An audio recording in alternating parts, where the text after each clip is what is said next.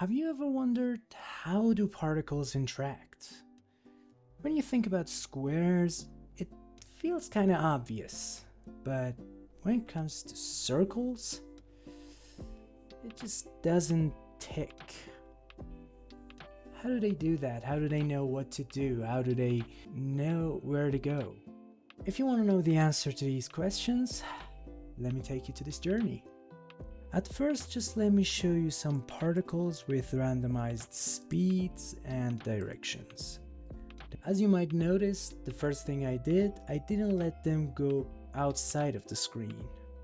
And that's actually a simple logic. We just need to reverse the x or y velocity based on the wall we hit. The first idea is calculate the distance, and when it gets less than a value, it means they touched. When they touch, what I'm gonna do is make them get away from each other in any angle that they are. Let's see how that looks like. Here's the visuals, and it really feels right at the first moment. But it's not realistic as we expect. For example, in this situation, the behind one has more velocity. It means it has to go forward or just stay at where it is. But it goes backward. And that's wrong compared to the real physics. So we understood the difference between velocities matter.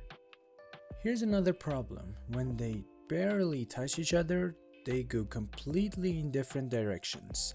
But in reality, they will have minimum misdirection. So the angle of touch matters too. Here's another one. For example, this particle on the left has high speed, but this one is low. And after touch, their speed is the same as before, and that's wrong. Because the particles inject their velocity into each other, like this. So with all the things that we considered, we'll get something like this, which is really impressive.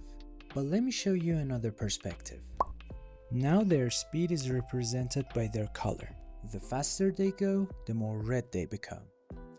And as you can see, there will always be the same amount of red color on the screen. And we can run this forever and they won't stop. That's because in the real world, we have resistance. And we lose energy in many ways. For example, in the real world, when they touch, they lose part of their energy to heat because of the friction. Even if the carpet didn't have friction, the air does. So we'll have two kinds of losing energy. We lose energy in touch, and we constantly lose energy because of the air. And this is what happens when we simulate it correctly. Now you can see they're not moving at all. And that's more real, right? Let's have some different sized particles and see what happens. As you may notice, some little particles are pushing the big ones really hard. That's not real, right?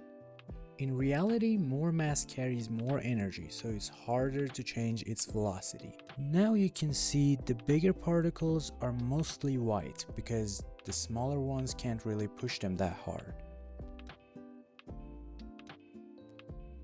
So, with all we discovered, there's only one more thing to do to complete this real simulation of circular particles interacting with each other. And that's gravity. We just had to add a little amount to our y velocity over time, and it shifts down smoothly.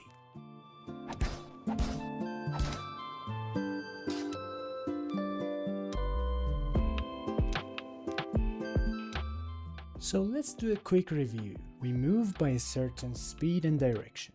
The objects touch. The direction of velocities matter. We inject the velocity based on the angle of touch. The touch resistance. The air resistance. The size matters in injecting the energy. And after all, the gravity pulls you down. And if you think this is too much calculation for just two balls hitting each other, I agree with you. So the next time you walk on the street and you see two balls hitting each other, think about all the calculations the world did for you without you even noticing. I'm gonna be quiet so you can enjoy this chaos.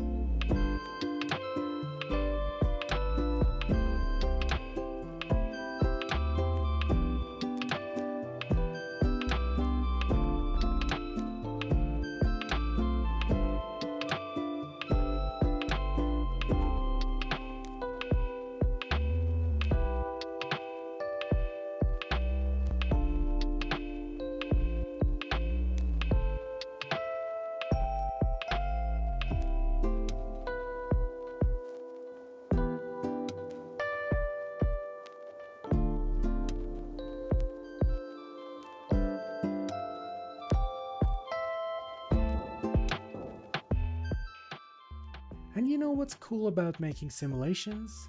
The cool part is you can even write your own rules. For example, I made the effective size reversed. The bigger they are, the easier they pushed away.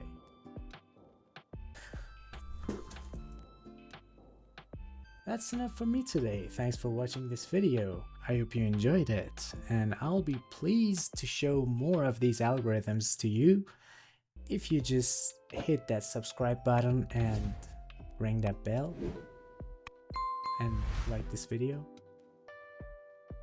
please.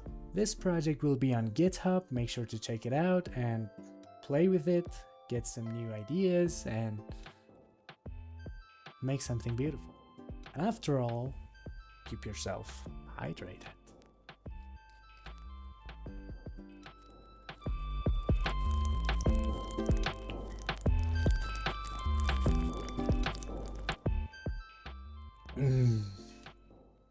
Yeah.